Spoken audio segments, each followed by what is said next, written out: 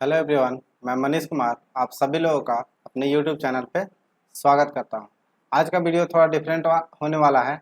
आज के इस वीडियो में हम लोग जानने वाले हैं कि एसबीआई क्लर्क का जो नोटिफिकेशन आया है उसके बारे में डिटेल से जानने वाले हैं कि एग्ज़ाम में कितने क्वेश्चंस होते हैं, कौन कौन से स्टेजेज होते हैं, क्या फॉर्म भरने में कितना चार्ज लगेगा, कहाँ पे कितनी वैकेंसी है, कितनी कट ऑफ होती है। तो इन सारी चीज़ों के बारे में आज हम इस वीडियो में जानने वाले हैं और मैं लिंक दे दूंगा इस वीडियो के डिस्क्रिप्शन में, जिससे कि आप वहां से क्लिक करके डायरेक्ट अप्लाई करने वाले पेज पे जा सकते हो। तो इस वीडियो के बाद आप लोगों को कोई भी और वीडियो देखने की ज़रूरत नहीं पड़ेगी। मैं हर एक चीज़ डिटेल में डिस्कस करूँगा। तो चलिए अपने वीडियो को शुरू करते हैं। तो देखो, जैसे कि मैंने बताया कि एसबीआई क्लर्क का जो 2021 का नोटिफिकेशन वो आ चुका है और हमारे पास कितने टोटल सीट है, 5454 सीट्स है। और ये जो है वो किसके लिए है, क्लर्क लेवल के लिए। तो पहले ये जान लेते हैं कि क्लर्क लेवल में कौन कौन सी पोस्ट मिलती है और क्या काम होता है। तो जब आप अगर क्लर्क का एग्ज़ाम क्लियर करोगे तो आपको कैशियर का पोस्ट दिया जाएगा, आपको डिपॉजिटर का पोस्ट दिया जाएगा और अदर पोस्ट जो कि बैंक्स में होती है क्लर्क लेवल पे, वो सारी चीज़ें दी जाएंगी। लेकिन अगर आप अच्छा करते हो तो आपको कैशियर और डिपॉजिटर का भी पोस्ट मिलता है। ठीक है, अब जान लेते हैं कि इसका एग्ज़ाम कितने तारीख को है और हमारे पास टोटल अभी कितने टाइम है, जिससे कि हम एक अच्छे से अपना स्ट्रैटेजी फॉलो करके प्रिपरेशन को पूरा कंप्लीट कर सकते हैं और इस एग्ज़ाम को क्लियर कर सकते हैं। अगर आप दूसरे, जैसे अगर आप किसी और कॉम्पिटिटिव एग्ज़ाम का भी तैयारी करते हो तो मैं ये कहना चाहता हूँ कि अभी जो पैंडमिक का सिचुएशन है तो आप इस एग्ज़ाम को भी भरो। क्या पता आप एक अच्छा स्कोर कर लो और इसमें आपका सिलेक्शन हो जाए। अगर आप बिल्कुल ही नहीं पढ़ते हो तो अब तो नहीं हो पाएगा, लेकिन अगर आप मान लो जैसे एसएससी का तैयारी किए हुए हो और आपको थोड़ा बहुत भी आइडिया है तो मैं ये कह सकता हूँ कि आप 2-3 महीने में इतना पढ़ लोगे कि इस एग्ज़ाम को क्लियर किया जा सकता है। तो देखते हैं कि डेट क्या है। तो 26 अप्रैल, जैसा कि कल हमारे पास नोटिफिकेशन आया है कि एसबीआई ने क्लर्क के लिए कितना पोस्ट, 5454 पोस्ट के लिए नोटिफिकेशन जारी कर दिया है। और इसमें यह बताया गया है कि जो हमारा प्री एग्ज़ाम, इसमें 2 तरह के एग्ज़ाम होते हैं। तो जो प्री एग्ज़ाम है वो होगा जून में, लेकिन जो जून में एग्ज़ाम है वो है टेंटेटिव, क्योंकि अभी जो सिचुएशन चल रहा है उस हिसाब से ये कंफर्म नहीं कर सकते कि जून में इंडिया का सिचुएशन कैसा होगा। उस हिसाब से अगर सिचुएशन ठीक रहा तो जून में एग्ज़ाम ये हो जाएगा। और इसी तरह से इन्होंने मेंस का भी डेट तो दे रखा है 31 जुलाई, लेकिन ये भी एक टेंटेटिव डेट है, क्योंकि फिर से जो कंडीशन है कंट्री का उस हिसाब से देख के किया जाएगा। तो अभी तक हम लोगों ने डेट जान लिया। इसके पहले जान लिया कि कितने वैकेंसी है, सबसे पहले वैकेंसी जानना था, डेट जान लिए। अब देख लेते हैं और इम्पोर्टेंट डेट कौन कौन से हैं। तो जैसे कि 26 से, जैसे कल तो स्टार्ट हुआ नोटिफिकेशन, लेकिन एग्ज़ाम फॉर्म जो फिल होना हो स्टार्ट हो रहा है, फॉर्म फिलिंग वो आज से होगा। और ये कितने तारीख तक, जो लास्ट डेट है वो है 17 मई को। और अभी बताया जैसे कि जून में इसका प्री होने वाला है। अभी तक जो टेंटेटिव है ये सारे डेट्स, ये एडमिट कार्ड भी जून में ही थोड़े दिन पहले आता है। उसके बाद जो प्री का रिजल्ट आ जाएगा उसके बाद जो मेंस होगा वो कितने में, कब होगा, जुलाई में होगा। यहाँ पे देखो 31 जुलाई इन्होंने मेंशन कर रखा है कि 31 जुलाई को हम लोग मेंस का एग्ज़ाम लेंगे, लेकिन ये सारे डेट्स जो है वो टेंटेटिव है। अब देखो, अगर आप चाहते हो कि अप्लाई करना, तो अप्लाई करने के लिए मैंने क्या बोला कि मैंने अभी आप लोगों को बता दिया था कि लिंक जो है वो हमने कहाँ दे रखा है, डिस्क्रिप्शन में। तो आप डिस्क्रिप्शन में जाओ, उस लिंक पर क्लिक करो और आप डायरेक्ट पहुँच जाओगे जहाँ पे आपको फॉर्म भरना है। अगर आप नए यूजर हो तो आपको रजिस्ट्रेशन करना पड़ेगा। अगर आप न्यू यूजर हो तो आपको रजिस्ट्रेशन करना पड़ेगा। और अगर आपका पहले से है तो लॉगिन आईडी और जो पासवर्ड है उसके थ्रू लॉगिन करके और उसके बाद आपको फॉर्म फिल करना होगा। ठीक है, फॉर्म फिलिंग का भी एक मैं पूरा वीडियो लेके आने वाला हूँ एकदम न्यू यूजर से, कैसे न्यू यूजर अपना फॉर्म भरेगा और ये सारी चीज़ें बताने वाला हूँ नेक्स्ट वीडियो में। ठीक है, अभी पहले ये जान लेते हैं कि कैसे इस एग्ज़ाम को क्लियर करना है, क्या क्या स्ट्रैटेजी फॉलो करना है। तो देखो, अगर कोई जो सीरियस बच्चा है और वो फॉर्म नहीं भरता, तो उसका रीज़न होता है कि उसे लगता है कि हमने प्रिपरेशन किया नहीं है और 750 बर्बाद चले जाएंगे। तो इसलिए मैं बोल रहा हूँ कि अभी जो सिचुएशन है पैंडमिक का, और इस समय बहुत ज़्यादा जॉब ले ऑफ हो रहा है, बहुत सारी प्राइवेट कंपनियाँ लोगों को जॉब से निकाल रही है, तो मैं बोलूँगा कि आप जिसका भी तैयारी करते हो, जैसे मान लो कि आप एसएससी का तैयारी करते हो, तो आप तैयारी एसएससी का करते रहो, लेकिन साइड से इस एग्ज़ाम को लिख देना, ताकि आपको आइडिया लग जाए। अगर मान लो इन फ्यूचर आपका एसएससी में नहीं हुआ और आप बैंकिंग की तैयारी करना चाहते हो, तो आपके पास एक अच्छा खासा आइडिया होगा, ओवरऑल आइडिया होगा कि हाँ, मैंने एक एग्ज़ाम लिखा था और इस तरह के क्वेश्चंस आते हैं, तो आपका क्लियर करने का चांसेस बहुत हाई रहता है फर्स्ट अटैम्प्ट में ही। और अगर आप एससी एसटी और पीडब्ल्यूडी हो, तो मैं तो बिल्कुल कहूँगा कि आप आंख बंद करके इस एग्ज़ाम को लिखना, क्योंकि आपको कोई फ़ी भी नहीं देना पड़ेगा। और आप जनरल हो या ओबीसी हो, फिर भी अगर आप एक सीरियस स्टूडेंट हो और आप पढ़ाई कर रहे हो, तो आप इस एग्ज़ाम को लिखो। अगर हो गया, आप नहीं जाना चाहते हो, तो मत जाना, इसमें कोई इशू नहीं है, ठीक है। अब इसमें यही बताया गया कि जो हमारा लास्ट ईयर था, वो देखो वैकेंसी कितना था, 8000 था। तो हर साल वैकेंसी जो है वो डिक्रीज करते जा रहा है। तो इसीलिए मैं बोल रहा हूँ कि आप फॉर्म को भरो, अगर नहीं होता है तो कोई बात नहीं, अगले बार अटेम्प्ट करेंगे। अगर आप एसएससी का प्रिपरेशन कर रहे हो, तो आप बस एसएससी का प्रिपरेशन करते रहो, और इसका एक बार सिलेबस देख लो, इसमें कुछ ज़्यादा चेंजेस नहीं होता। एटलीस्ट प्री के लिए तो आपको कुछ ज़्यादा मेहनत करने की ज़रूरत नहीं पड़ेगी, ठीक है। नीचे मैंने स्टेट वाइज वैकेंसी भी बता रखा है कि कौन से स्टेट में कितने वैकेंसी आए हुए हैं। जैसे देखो, यहाँ पे ये है गुजरात, ये कट गया है, गुजरात है, ये दमन दीव है, ये आंध्र प्रदेश है, ये कर्नाटका है। तो इस तरह से हर एक स्टेट में कितने वैकेंसीज है। जैसे एससी के लिए गुजरात में 63 है, एसटी के लिए 135 है, ओबीसी के लिए 243 है, और ईडब्ल्यूएस के लिए 90 है, जनरल के लिए 371। तो टोटल कितने हो गए पोस्ट, 902। तो इस तरह से आप इसमें से देख लो डिटेल्स। आपको जो भी, मैं एक वीडियो इस पर भी बना दूंगा कि आपको कौन से स्टेट से भरना चाहिए और कौन से स्टेट से नहीं भरना चाहिए, जिससे कि आपको हेल्पफुल हो जाएगा। तो मैं बैक टू बैक 3 वीडियो लेके आऊँगा। एक लेके आऊँगा, एक तो अभी ये जो चल रहा है वो वीडियो आएगा, दूसरा वीडियो आएगा कि कैसे फॉर्म को फिलअप करना है और कौन सा स्टेट से फिलअप करना है, इसका लिए एक स्ट्रैटेजी रहेगा। तो ये 3 वीडियो आप लोगों के लिए आएगा इस SBI PO क्लर्क से रिलेटेड। उसके बाद देखो, कर्नाटका में कितने हैं, 64। इन सारे स्टेट में दमन दीव में कुछ नहीं है, आंध्र प्रदेश में कुछ नहीं है, और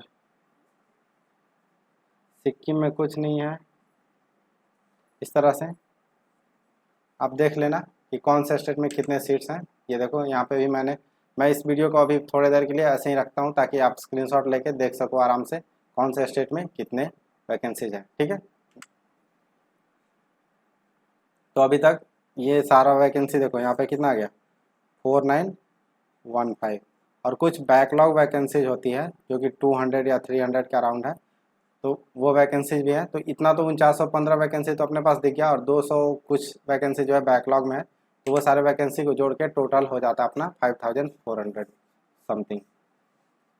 अब इसका जो है पे स्केल, सब लोग ज़्यादा इंटरेस्ट किस में होता है, सैलरी में। तो सैलरी में मैं पूरा स्प्लिट तो नहीं लेके आया हूँ, इसका स्प्लिट नहीं है मेरे पास, लेकिन ऐसे इन हैंड सैलरी की बात करो, जो कि लास्ट ईयर जो भी जिन लोगों ने भी ज्वाइन किया है, उनका सैलरी जो है वो है अराउंड 32,500 प्लस 2500 के अराउंड उनको जो मिलता है, वो किस लिए मिलता है, बाइक, पेट्रोल, बाइक नहीं, पेट्रोल, न्यूज़पेपर, इन सब के लिए उनको कुछ एक्स्ट्रा पैसे भी मिलते हैं, जो कि होता है अराउंड 2500। तो ये मान के चलो कि आपको टोटल जो इन हैंड सैलरी आएगा वो अराउंड आएगा 35,000,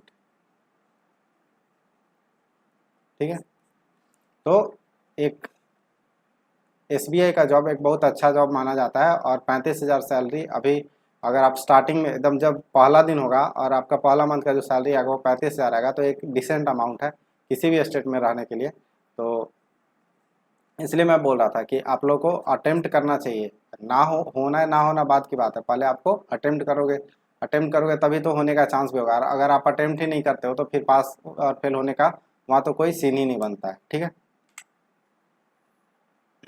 अब यहाँ पे इसमें क्या बात कर रहे हैं कि एग्ज़ाम पैटर्न, कि किस तरह से एग्ज़ाम होता है। तो इसमें दो तरह के एग्ज़ाम होते हैं, प्री और मेंस। प्री जो होता है वो होता है 100 मार्क्स का, और जो मेंस होगा वो होगा 200 मार्क्स का।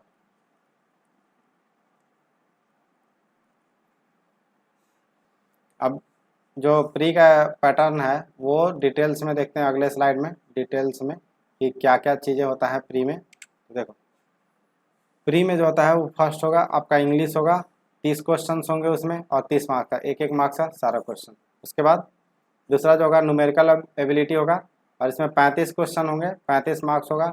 यहाँ पे जो टाइम अलॉटेड होता है ना वो तीनों के लिए सेम होता है, 20-20 मिनट मिलेगा। और रीजनिंग, रीजनिंग में भी आपको कितना मिलेगा, 35 क्वेश्चन, 35 मिनट, सॉरी 35 मार्क्स और 20 मिनट। तो न्यूमेरिकल एबिलिटी यहाँ पे लिखा हुआ है, डायरेक्ट क्वांटिटेटिव एप्टीट्यूड नहीं लिखा हुआ। तो यहाँ पे हर तरह के आपको क्वेश्चंस मिलते हैं, जैसे परसेंटेज के भी क्वेश्चन मिल जाते हैं, और जैसे time and work, time and distance, ये सारे क्वेश्चंस भी मिल जाते हैं इसमें।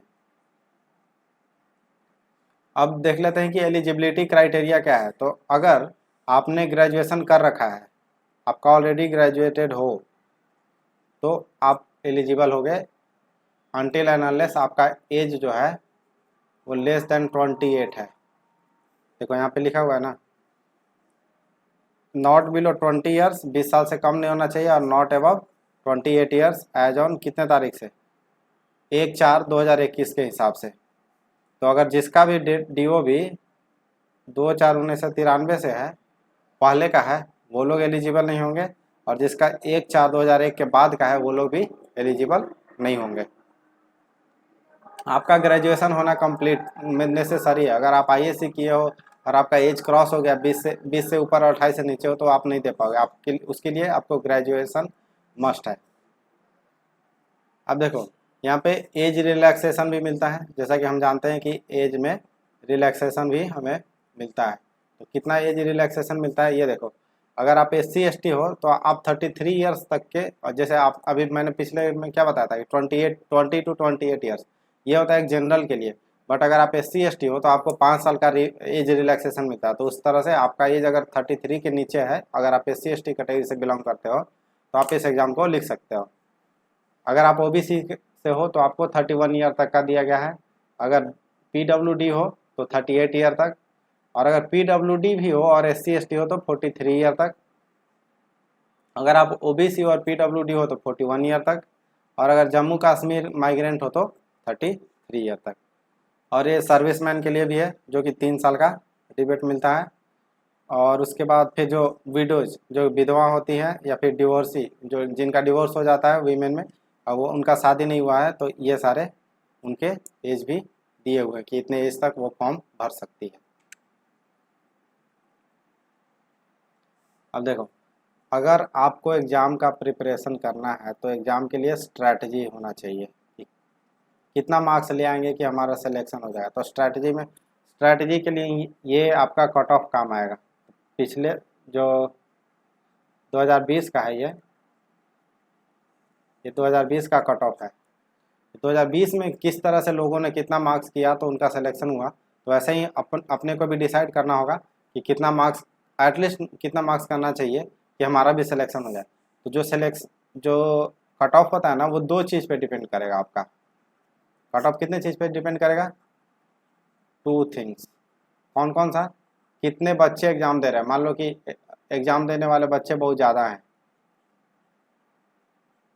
और उसमें पढ़ने वाले ज़्यादा हैं, तो एक तो ये होगा कि आपका कट ऑफ हाई हो जाएगा, और दूसरा रीज़न होगा कि सीट कम होगा। तो अगर सीट को कम कर दिया जाए और बच्चे ज़्यादा हो जाए तो ऑब्वियसली आपका जो कंपटीशन है वो हाई हो जाएगा, और कंपटीशन हाई होगा तो कट ऑफ हाई जाएगा। और एक और चीज़ काम करता है यहाँ पे कि आपका पेपर का लेवल कैसा है।